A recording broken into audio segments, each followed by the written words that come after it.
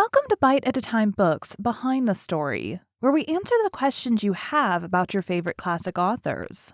What inspired your favorite author to write their novels? What was going on in the world at the time? Follow along with us as we tell you what was happening in the world while your favorite authors wrote your favorite classics. My name is Bree Carlile, and I love to read and wanted to share my passion with listeners like you. If you enjoy our show, be sure to follow us so you get all the new episodes. If you want to see exclusive behind the scenes of our show, join our Patreon. We would also love for you to drop us a rating on your favorite podcast platform and share our show with your friends. You can catch us on all the social medias at Bite at a Time Books. Our show is part of the Bite at a Time Books Productions Network. If you would also like to hear a story by the author we are currently featuring, check out the Bite at a Time Books podcast wherever you listen to podcasts. Right now we are reading The Time Machine.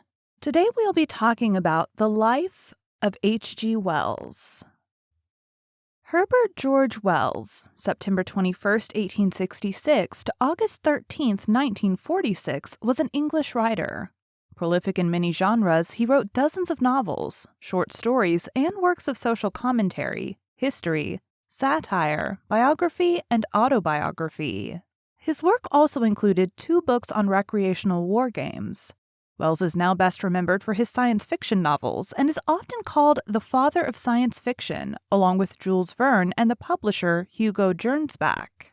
During his own lifetime, however, he was most prominent as a forward-looking, even prophetic social critic who devoted his literary talents to the development of a progressive vision on a global scale. A futurist, he wrote a number of utopian works and foresaw the advent of aircraft, tanks, space travel, nuclear weapons, satellite television, and something resembling the World Wide Web. His science fiction imagined time travel, alien invasion, invisibility, and biological engineering. Brian Aldiss referred to Wells as the Shakespeare of science fiction, while American writer Charles Fort referred to him as a wild talent. Wells rendered his works convincing by instilling commonplace detail alongside a single extraordinary assumption per work, dubbed Wells's Law, leading Joseph Conrad to hail him in 1898 as "O realist of the fantastic." His most notable science fiction works include The Time Machine, 1895, which was his first novel, The Island of Dr. Moreau, 1896, The Invisible Man, 1897, The War of the Worlds, 1898, and the military science fiction The War in the Air, 1907. Wells was nominated for the Nobel Prize in Literature 4 times. Wells's earliest specialized training was in biology, and his thinking on ethical matters took place in a specifically and fundamentally Darwinian context. He was also an outspoken socialist from a young age. Often, but not always, as at the beginning of the First World War, sympathizing with pacifist views. His later works became increasingly political and didactic, and he wrote little science fiction, while he sometimes indicated on official documents that his profession was that of a journalist. Novels such as Kipps and The History of Mr. Polly, which describe lower middle-class life, led to the suggestion that he was a worthy successor to Charles Dickens. But Wells described a range of social strata and even attempted in Tono Bungay, 1909, a diagnosis of English society as a whole. Wells was a diabetic and co-founded the charity, the Diabetic Association, known today as Diabetes UK, in 1934. Herbert George Wells was born at Atlas House, 162 High Street in Bromley, Kent, on September 21, 1866. Called Bertie by his family, he was the 4th and last child of Joseph Wells, a former domestic gardener and at the time a shopkeeper and professional cricketer, and Sarah Neal, a former domestic servant. An inheritance had allowed the family to acquire a shop in which they sold china and sporting goods. Although it failed to prosper, the stock was old and worn out, and the location was poor. Joseph Wells managed to earn a meager income, but little of it came from the shop, and he received an unsteady amount of money from playing professional cricket for the Kent County team. A defining incident of young Wells's life was an accident in 1874 that left him bedridden with a broken leg. To pass the time, he began to read books from the local library, brought to him by his father. He soon became devoted to the other worlds and lives to which books gave him access. They also stimulated his desire to write.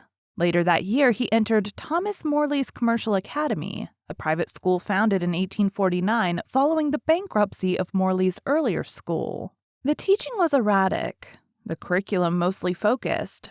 Wells later said on producing copperplate handwriting and doing the sort of sums useful to tradesmen. Wells continued at Morley's Academy until 1880. In 1877, his father Joseph Wells suffered a fractured thigh.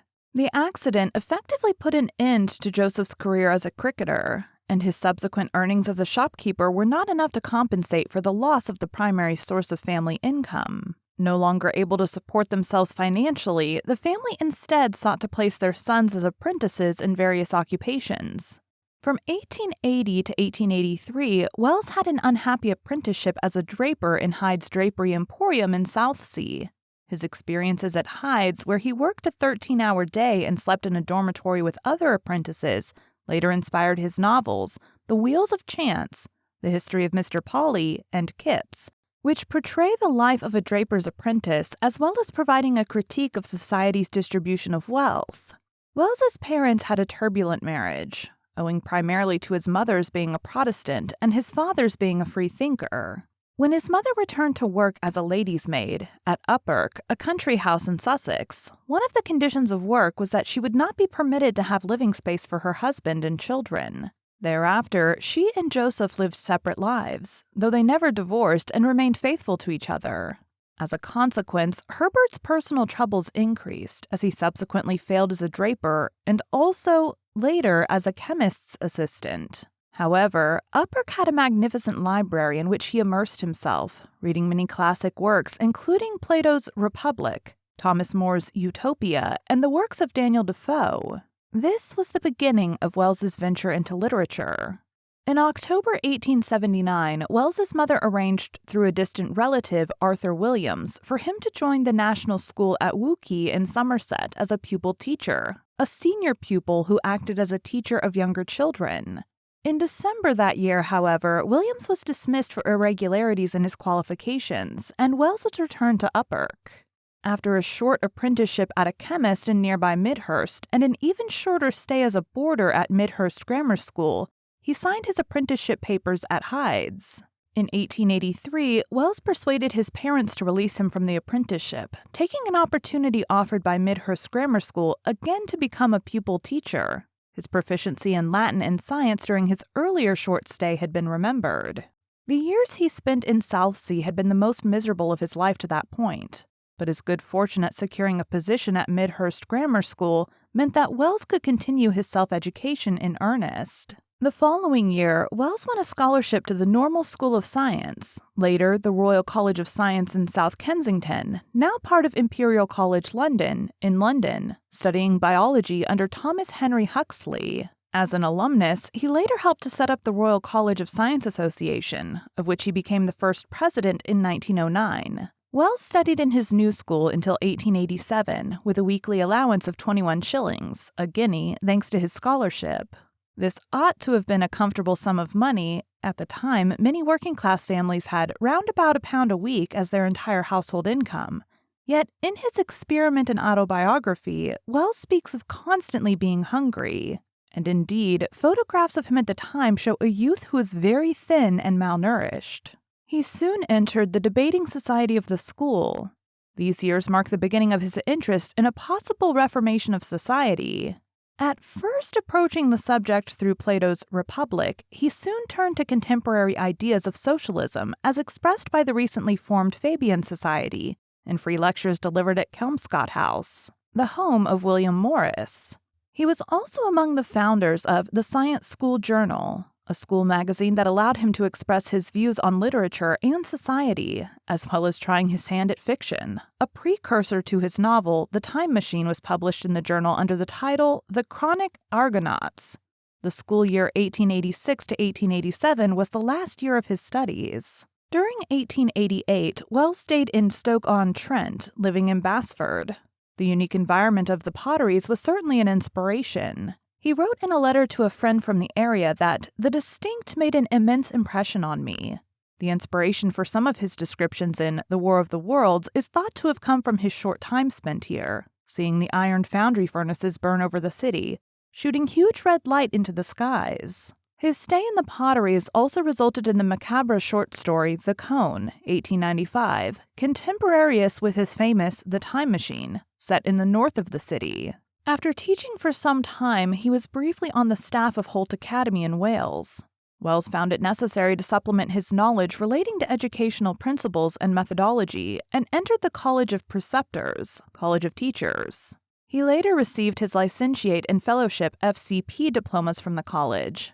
It was not until 1890 that Wells earned a Bachelor of Science degree in zoology from the University of London External Program. In 1889 to 1890, he managed to find a post as a teacher at Henley House School in London, where he taught A. Milne, whose father ran the school.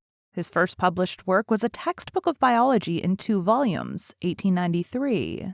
Upon leaving the Normal School of Science, Wells was left without a source of income. His Aunt Mary, his father's sister-in-law, invited him to stay with her for a while, which solved his immediate problem of accommodation. During his stay at his aunt's residence, he grew increasingly interested in her daughter, Isabel, whom he later courted. To earn money, he began writing short humorous articles for journals such as the Pall Mall Gazette, later collecting these in volume form as Select Conversations with an Uncle, 1895, and Certain Personal Matters, 1897.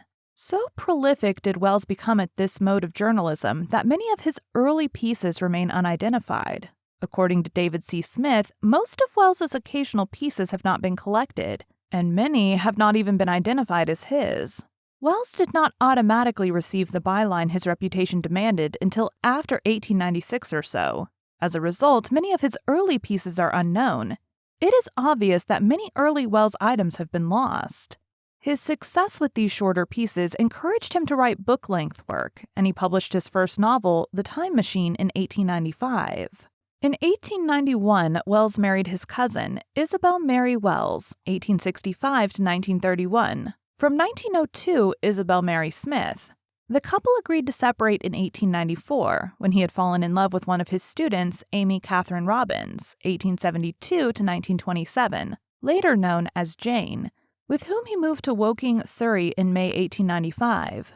They lived in a rented house, Linton, now number 141, Maybury Road, in the town center for just under 18 months, and married at St. Pancras Register Office in October 1895. His short period in Woking was perhaps the most creative and productive of his whole writing career, for while there he planned and wrote The War of the Worlds and The Time Machine, completed The Island of Dr. Moreau, wrote and published The Wonderful Visit and The Wheels of Chance, and began writing 2 other early books, When the Sleeper Wakes and Love and Mr. Lewisham. In late summer 1896, Wells and Jane moved to a larger house in Worcester Park, near Kingston upon Thames, for 2 years. This lasted until his poor health took them to Sandgate near Folkestone, where he constructed a large family home, Spade House, in 1901. He had 2 sons with Jane, George Philip, known as Gyp, 1901 to 1985, and Frank Richard, 1903 to 1982, grandfather of film director Simon Wells. Jane died on October 6, 1927, in Dunmow at the age of 55. Wells had affairs with a significant number of women. In December 1909, he had a daughter, Anna Jane, with the writer Amber Reeves, whose parents, William and Maud Pember Reeves, had met through the Fabian Society. Amber had married the barrister G.R. Blanco White in July of that year, as co-arranged by Wells.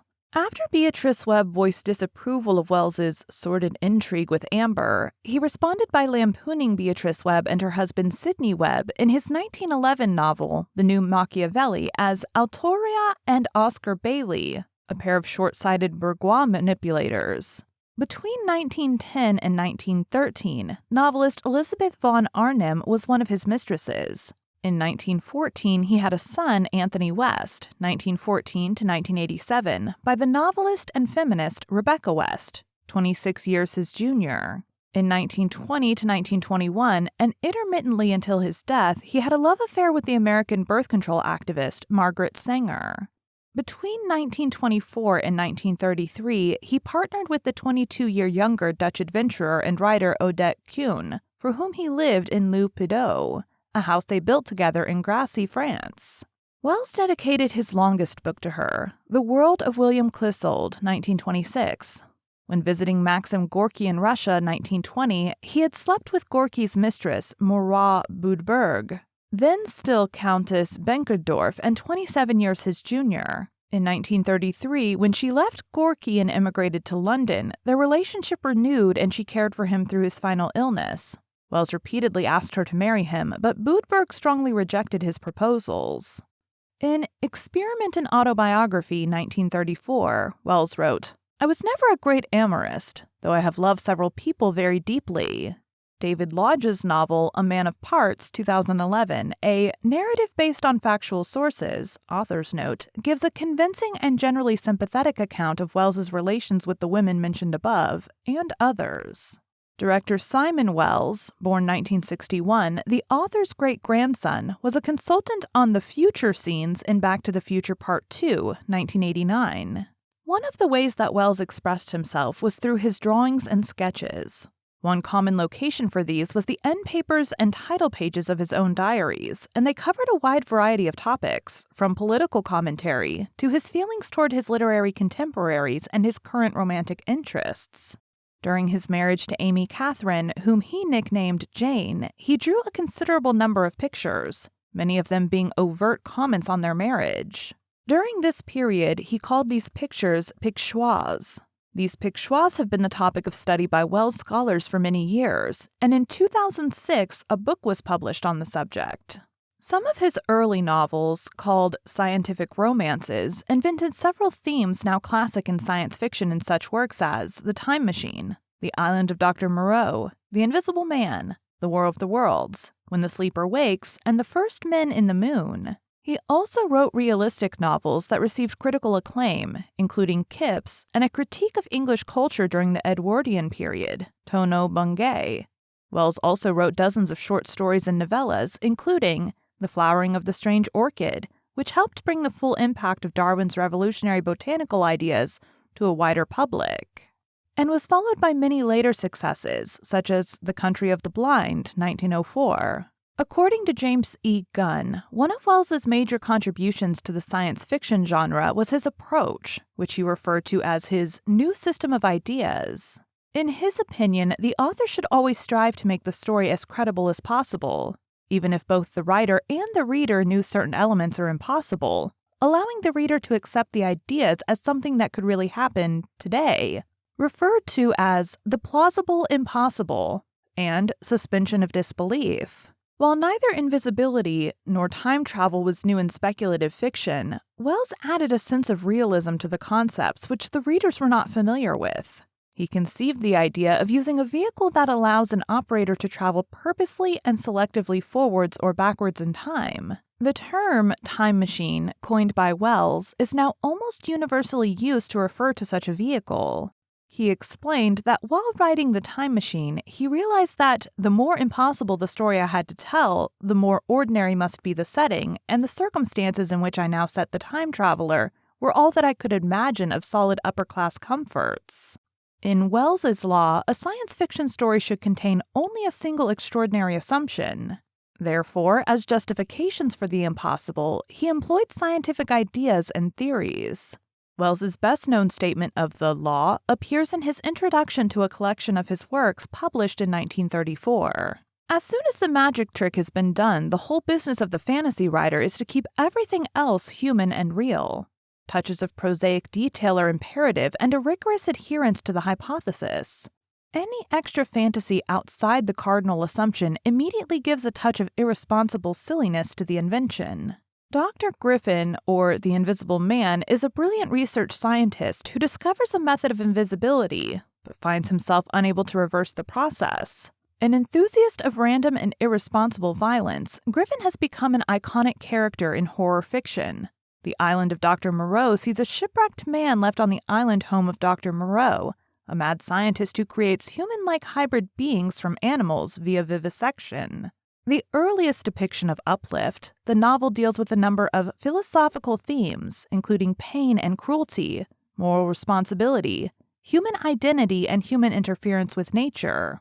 In The First Men in the Moon, Wells used the idea of radio communication between astronomical objects, a plot point inspired in Nikola Tesla's claim that he had received radio signals from Mars. Though Tono Bungay is not a science fiction novel, radioactive decay plays a small but consequential role in it. Radioactive decay plays a much larger role in The World Set Free, 1914. This book contains what is surely his biggest prophetic hit, with the first description of a nuclear weapon. Scientists of the day were well aware that the natural decay of radium releases energy at a slow rate over thousands of years. The rate of release is too slow to have practical utility, but the total amount released is huge. Wells's novel revolves around an unspecified invention that accelerates the process of radioactive decay, producing bombs that explode with no more than the force of ordinary high explosives, but which continue to explode for days on end. Nothing could have been more obvious to the people of the earlier 20th century, he wrote, than the rapidity with which war was becoming impossible. But they did not see it until the atomic bombs burst in their fumbling hands.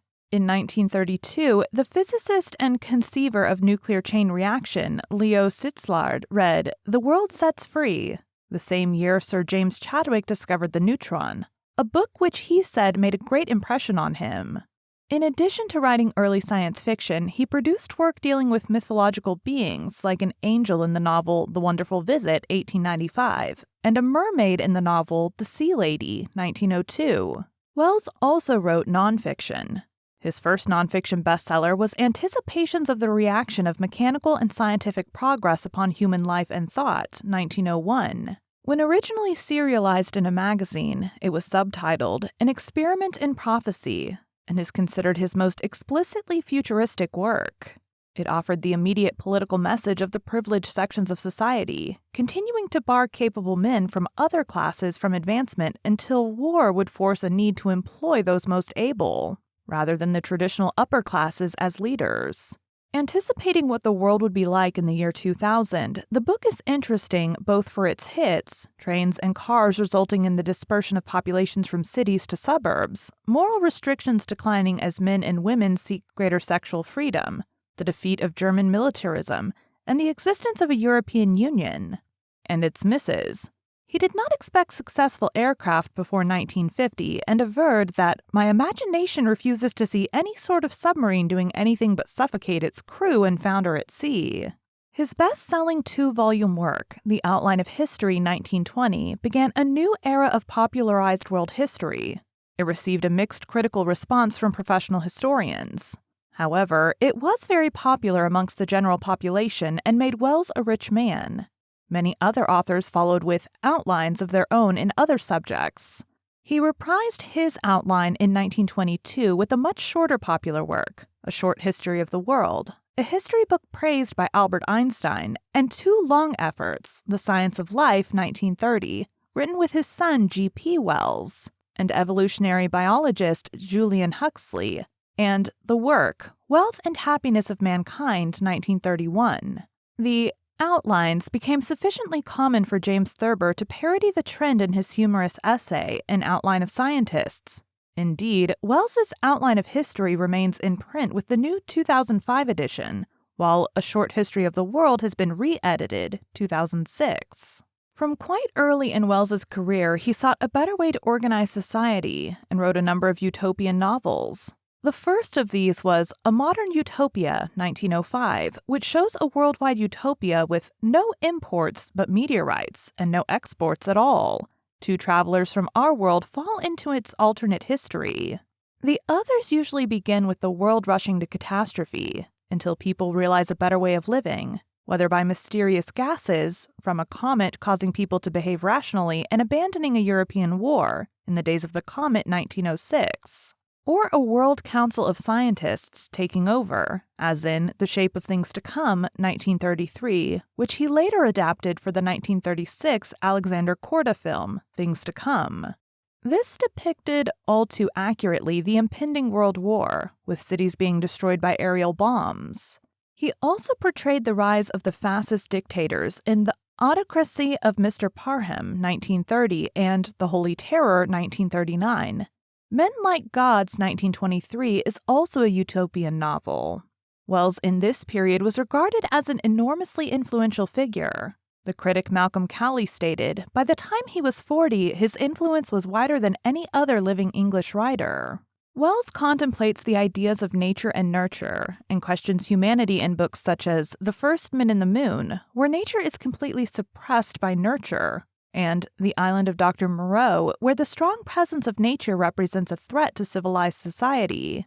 Not all his scientific romances ended in a utopia, and Wells also wrote a dystopian novel, When the Sleeper Wakes, 1899, rewritten as The Sleeper Awakes, 1910, which pictures a future society where the classes have become more and more separated, leading to a revolt of the masses against the rulers. The Island of Dr. Moreau is even darker. The narrator, having been trapped on an island of animals, vivisected, unsuccessfully, into human beings, eventually returns to England. Like Gulliver on his return from the Houyhnhnms, he finds himself unable to shake off the perceptions of his fellow humans as barely civilized beasts, slowly reverting to their animal natures. Wells also wrote the preface for the first edition of W.N.P. Barbellian's Diaries, the Journal of a Disappointed Man, published in 1919. Since Barbellian was the real author's pen name, many reviewers believe Wells to have been the true author of the journal. Wells always denied this, despite being full of praise for the diaries. In 1927, a Canadian teacher and writer, Florence Deeks, unsuccessfully sued Wells for infringement of copyright and breach of trust, claiming that much of The Outline of History had been plagiarized from her unpublished manuscript, The Web of the World's Romance, which had spent nearly 9 months in the hands of Wells's Canadian publisher, Macmillan Canada. However, it was sworn on oath at the trial that the manuscript remained in Toronto in the safekeeping of Macmillan, and that Wells did not even know it existed, let alone had seen it. The court found no proof of copying and decided the similarities were due to the fact that the books had similar nature, and both writers had access to the same sources. In 2000, A.B. McKillop, a professor of history at Carleton University, produced a book on the case, The Spinster and the Prophet, Florence Deeks, H.G. Wells, and the Mystery of the Purloined Past. According to McKillop, the lawsuit was unsuccessful due to the prejudice against a woman suing a well-known and famous male author, and he paints a detailed story based on the circumstantial evidence of the case. In 2004, Dennis N. Magnuson, professor emeritus of the Faculty of Law, Queen's University, Ontario, published an article on Deeks v. Wells.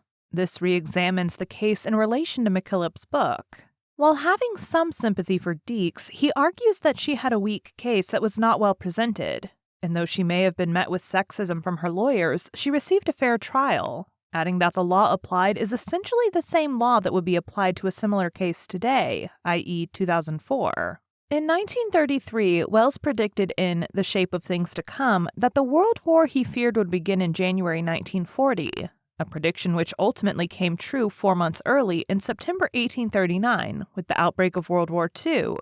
In 1936, before the Royal Institution, Wells called for the compilation of a constantly growing and changing world encyclopedia to be reviewed by outstanding authorities and made accessible to every human being. In 1938, he published a collection of essays on the future organization of knowledge and education, World Brain, including the essay The Idea of a Permanent World Encyclopedia. Prior to 1933, Wells's books were widely read in Germany and Austria, and most of his science fiction works had been translated shortly after publication. By 1933, he had attracted the attention of German officials because of his criticism of the political situation in Germany, and on May 10, 1933, Wells's books were burned by the Nazi youth in Berlin's Omniplatz, and his works were banned from libraries and bookstores. Wells, as president of PEN International, poets, essayists, novelists, angered by the Nazis by overseeing the expulsion of the German PEN Club from the international body in 1934, following the German PEN's refusal to admit non-Aryan writers to its membership. At a PEN conference in Ragusa, Wells refused to yield to Nazi sympathizers who demanded that the exiled author, Ernst Toller, be prevented from speaking. Near the end of World War II, Allied forces discovered that the SS had compiled lists of people slated for immediate arrest during the invasion of Britain in the abandoned Operation Sea Lion, with Wells included in the alphabetical list of the Black Book. Seeking a more structured way to play war games, Wells wrote Floor Games, 1911, followed by Little Wars, 1913, which set out rules for fighting battles with toy soldiers, miniatures. A pacifist prior to the First World War, Wells stated, "How much better is this amiable miniature war than the real thing?" According to Wells, the idea of the game developed from a visit by his friend Jerome K. Jerome. After dinner, Jerome began shooting down toy soldiers with a toy cannon, and Wells joined in to compete. During August 1914, immediately after the outbreak of the First World War, Wells published a number of articles in London newspapers that subsequently appeared as a book entitled The War That Will End War. He coined the expression with the idealistic belief that the result of the war would make a future conflict impossible. Wells blamed the Central Powers for the coming of the war and argued that only the defeat of German militarism could bring about an end to the war. Wells used the shorter form of the phrase, "the war to end war," in The Fourth Year, 1918, in which he noted that the phrase got into circulation in the second half of 1914. In fact, it had become one of the most common catchphrases of the war.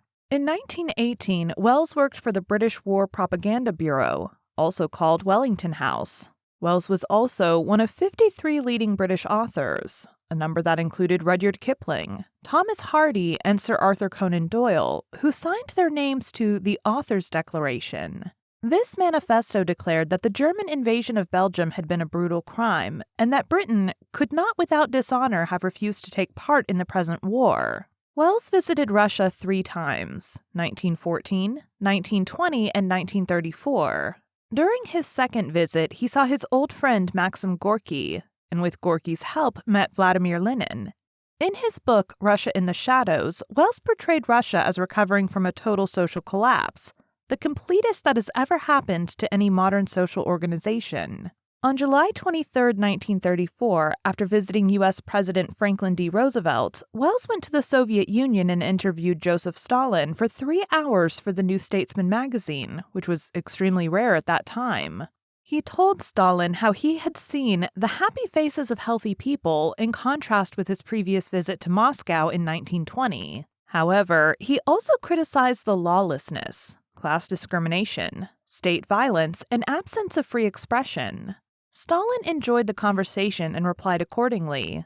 As the chairman of the London-based PEN International, which protected the rights of authors to write without being intimidated, Wells hoped by his trip to USSR he could win Stalin over by force of argument. Before he left, he realized that no reform was to happen in the near future. Wells's greatest literary output occurred before the First World War, which was lamented by younger authors whom he had influenced. In this connection, George Orwell described Wells as too sane to understand the modern world, and since 1920, he has squandered his talents in slaying paper dragons. G.K. Chesterton quipped, "Mr. Wells is a born storyteller who has sold his birthright for a pot of message." Wells had diabetes and was a co-founder in 1934 of the Diabetic Association, now Diabetes UK, the leading charity for people with diabetes in the UK. On October 28, 1940, on the radio station KTSA in San Antonio, Texas, Wells took part in a radio interview with Orson Welles, who, 2 years previously, had performed a famous radio adaptation of The War of the Worlds. During the interview, by Charles C. Shaw, a KTSA radio host, Wells admitted his surprise at the sensation that resulted from the broadcast, but acknowledged his debt to Wells for increasing sales of one of his more obscure titles. Wells died of unspecified causes on August 13, 1946, age 79, at his home at 13 Hanover Terrace, overlooking Regent's Park, London. In his preface to the 1941 edition of The War in the Air, Wells had stated that his epitaph should be, "I told you so, you damned fools." Wells's body was cremated at Golders Green Crematorium on August 16, 1946. His ashes were subsequently scattered into the English Channel at Old Harry Rocks, the most eastern point of the Jurassic Coast, and about 3.5 miles, 5.6 kilometers from Swanage in Dorset. A commemorative blue plaque in his honor was installed by the Greater London Council at his home in Regent's Park in 1966. A futurist and visionary, Wells foresaw the advent of aircraft, tanks, space travel, nuclear weapons, satellite television, and something resembling the World Wide Web. Asserting that Wells's visions of the future remain unsurpassed, John Higgs, author of Stranger Than We Can Imagine, Making Sense of the 20th Century, states that in the late 19th century, Wells saw the coming century clearer than anyone else. He anticipated wars in the air, the sexual revolution, motorized transport causing the growth of suburbs, and a proto-Wikipedia he called the world brain. In his novel, The World Set Free, he imagined an atomic bomb of terrifying power that would be dropped from airplanes. This was an extraordinary insight for an author writing in 1913, and it made a deep impression on Winston Churchill.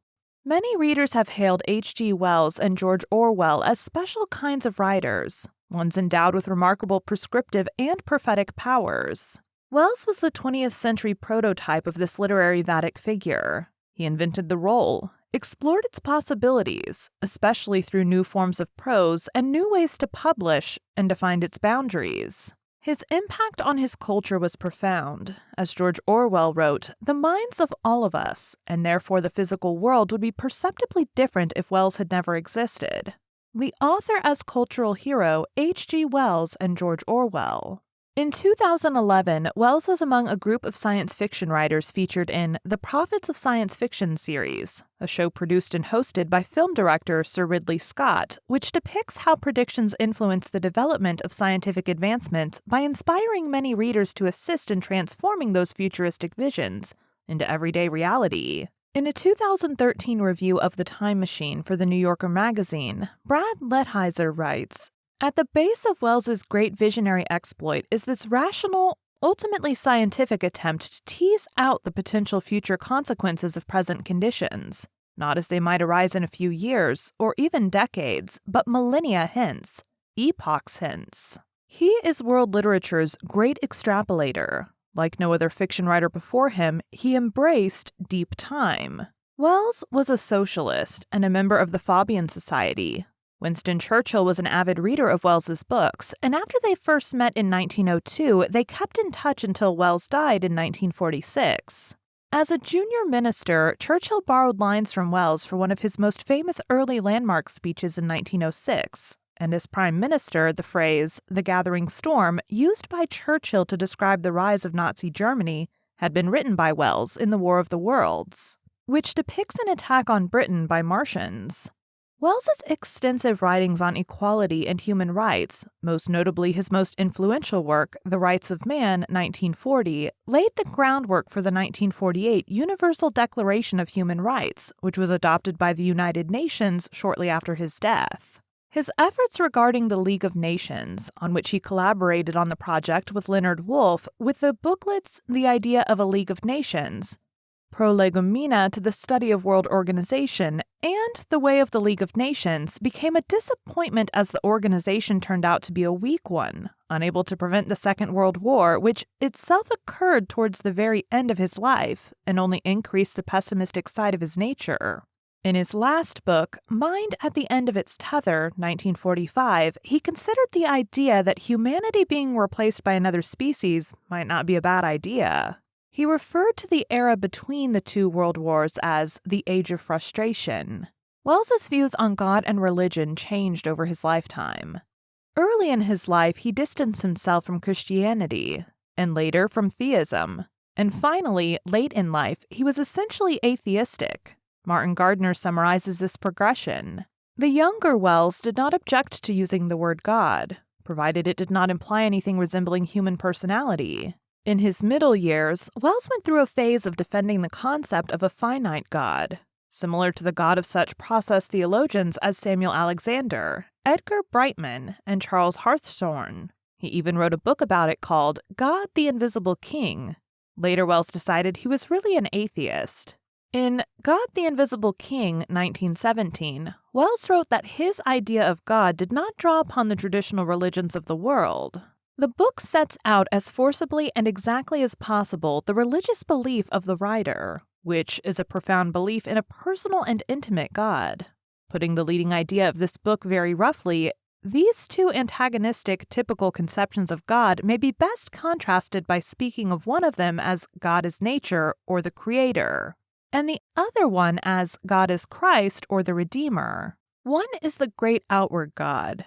The other is the inmost God. The first idea was perhaps developed most highly and completely in the God of Spinoza. It is a conception of God tending to pantheism, to an idea of comprehensive God as ruling with justice rather than affection, to a conception of aloofness and awe-striking worshipfulness. The second idea, which is contradictory to this idea of an absolute God, is the God of the human heart. The writer suggested that the great outline of the theological struggles of that phase of civilization and world unity which produced Christianity was a persistent but unsuccessful attempt to get these two different ideas of God into one focus. Later in the work, he aligns himself with a Renaissance or modern religion, neither atheist, nor Buddhist, nor Mohammedan, nor Christian. That he has found growing up in himself. Of Christianity, he said, "It is not now true for me. Every believing Christian is, I am sure, my spiritual brother. But if systemically I called myself a Christian, I feel that to most men I should imply too much and so tell a lie." Of other world religions, he writes, "All these religions are true for me as Canterbury Cathedral is a true thing and as a Swiss chalet is a true thing. There they are, and they have served a purpose. They have worked. Only they are not true for me to live in them. They do not work for me." In The Fate of Homo Sapiens, 1939, Wells criticized almost all world religions and philosophies, stating, "There is no creed, no way of living left in the world at all that really meets the needs of the time. When we come to look at them coolly and dispassionately, all the main religions, patriotic, moral, and customary systems in which human beings are sheltering today appear to be in a state of jostling and mutually destructive movement, like the houses and palaces and other buildings of some vast, sprawling city overtaken by a landslide."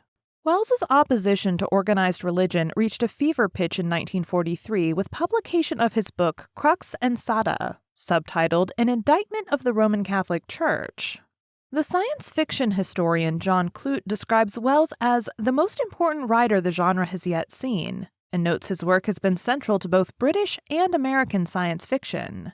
Science fiction author and critic Algis Budrys said, "Wells remains the outstanding expositor of both the hope and the despair which are embodied in the technology, and which are the major facts of life in our world." He was nominated for the Nobel Prize in Literature in 1921, 1932, 1935, and 1946.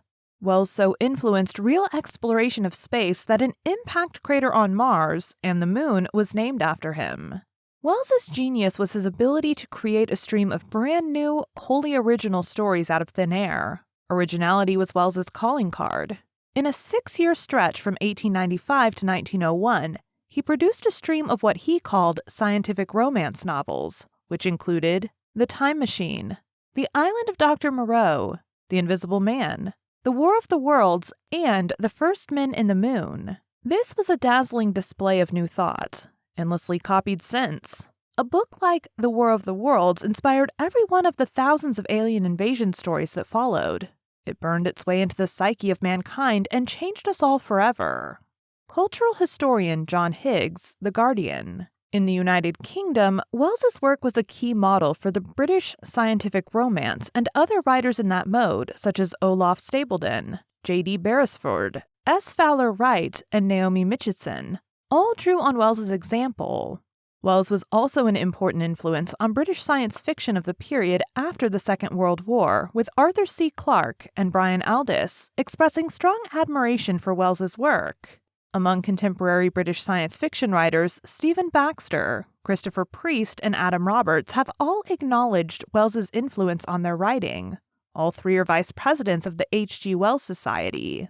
He also had a strong influence on British scientists J.B.S. Haldane, who wrote Dale Duss or Science and the Future, 1924, The Last Judgment, and On Being the Right Size from the essay collection Possible Worlds, 1927, and Biological Possibilities for the Human Species in the Next 10,000 Years, 1963, which are speculations about the future of human evolution and life on other planets. Haldane gave several lectures about these topics, which in turn influenced other science fiction writers. In the United States, Hugo Gernsback reprinted most of Wells's work in the pulp magazine Amazing Stories, regarding Wells's work as texts of central importance to the self-conscious new genre. Later American writers such as Ray Bradbury, Isaac Olmshof, Frank Herbert and Carl Sagan, and Ursula K. Le Guin are recalled being influenced by Wells. Sinclair Lewis's early novels were strongly influenced by Wells's realistic social novels, such as The History of Mr. Polly. Lewis also named his first son Wells after the author. Lewis nominated H.G. Wells for the Nobel Prize in Literature in 1932. In an interview with the Paris Review, Vladimir Nabokov described Wells as his favorite writer when he was a boy and a great artist. He went on to cite The Passionate Friends and Veronica, The Time Machine, and The Country of the Blind as superior to anything else written by Wells's British contemporaries.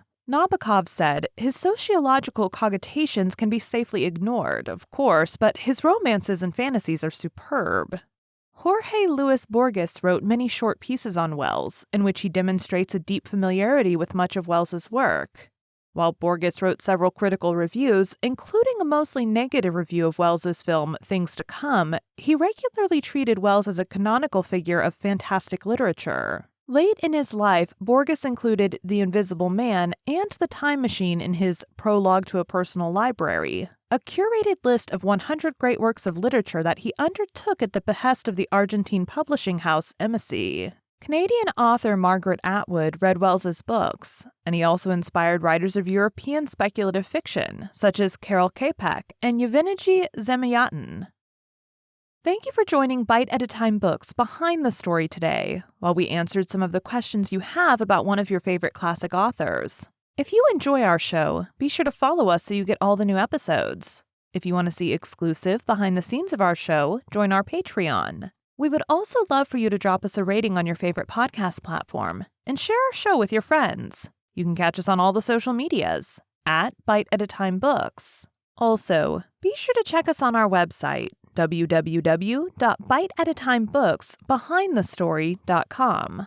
Our show is part of the Bite at a Time Books Productions Network. If you would also like to hear a story by the author we are currently featuring, check out the Bite at a Time Books podcast wherever you listen to podcasts. Right now we are reading The Time Machine. Again, my name is Bree Carlile, and I hope you come back next week when we answer more questions about one of your favorite classic authors.